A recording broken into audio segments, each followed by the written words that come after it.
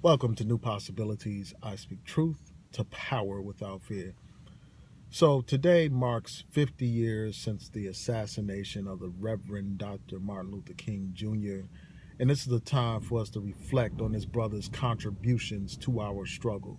It's time for us to reflect and be inspired by his example. This brother gave his life for the people.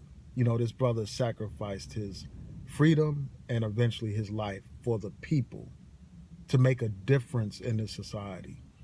And we should be called to that spirit of commitment, that spirit of dedication, that spirit of sacrifice. That's what we should be called to. We should follow his example, not just be happy to read about his accomplishments or to hear about his accomplishments. We need to get involved in the struggle the way he was involved in the struggle.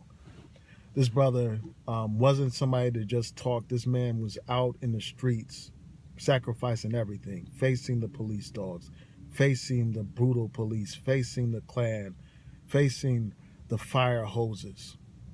And this brother inspired a movement.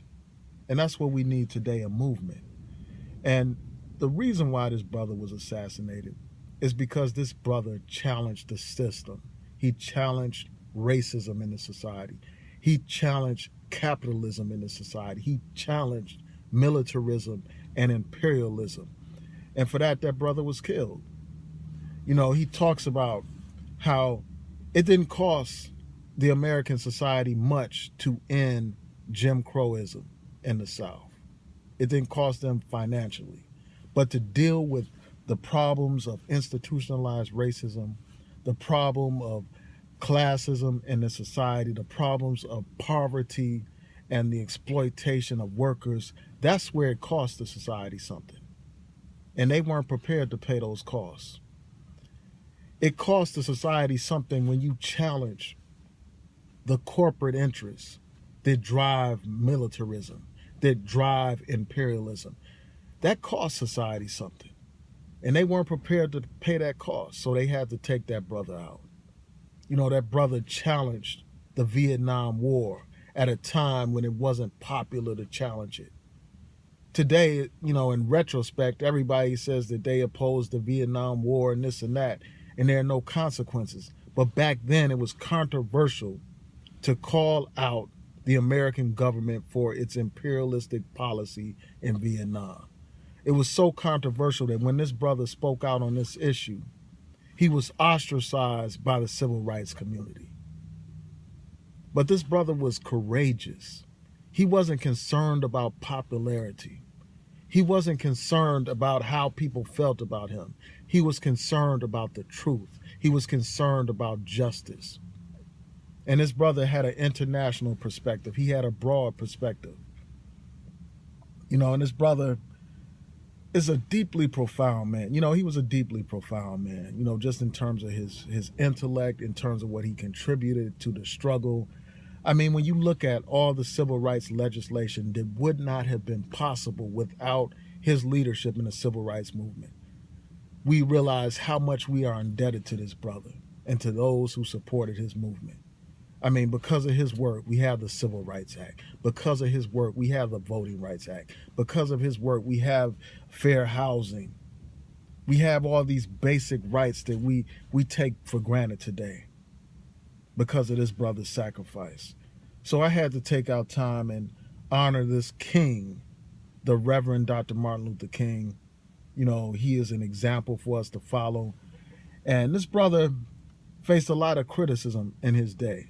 He was criticized for being too radical in some quarters. You have these right-wingers who want to call the brother a communist because he wanted to hold this capitalist system responsible and accountable. He wanted to make sure that workers' rights were protected. He wanted to address poverty. But for that, they called him a communist. And you have, people who were quote-unquote militant, who called him a pacifist. They didn't have respect for him because of his position on nonviolence. But that brother did more in his lifetime than many of these people who talk this radical talk have ever done.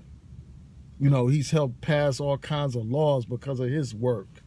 laws that give us basic rights that we enjoy today. When these other people, all they have is rhetoric a lot of times. Um, the sad thing about this brother's death is it really caused people to awaken. You know, it made people realize that this system doesn't care like how compassionate you are or how nonviolent you are or how peaceful you are. It will take you out. You know, just like they took out Brother Malcolm, they took out Brother King. Even though they had differences. When you challenge the system, that's what they do. So we need to be inspired by the brother's example, man. And this is just a reminder of how it wasn't that long ago. I mean, we have to understand that it was only 50-something years ago when we were able to get these basic civil and human rights. And people think that because we have basic civil rights, that all of a sudden we're supposed to be equal in this society after being held back for centuries under slavery, after being held back for decades under Jim Crow. So anyway, I just wanted to take time to honor this great brother, you know, the Reverend Dr. Martin Luther King, you know, and recognize his accomplishments and encourage people to be inspired by his example, man.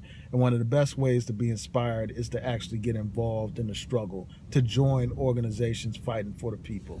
Peace.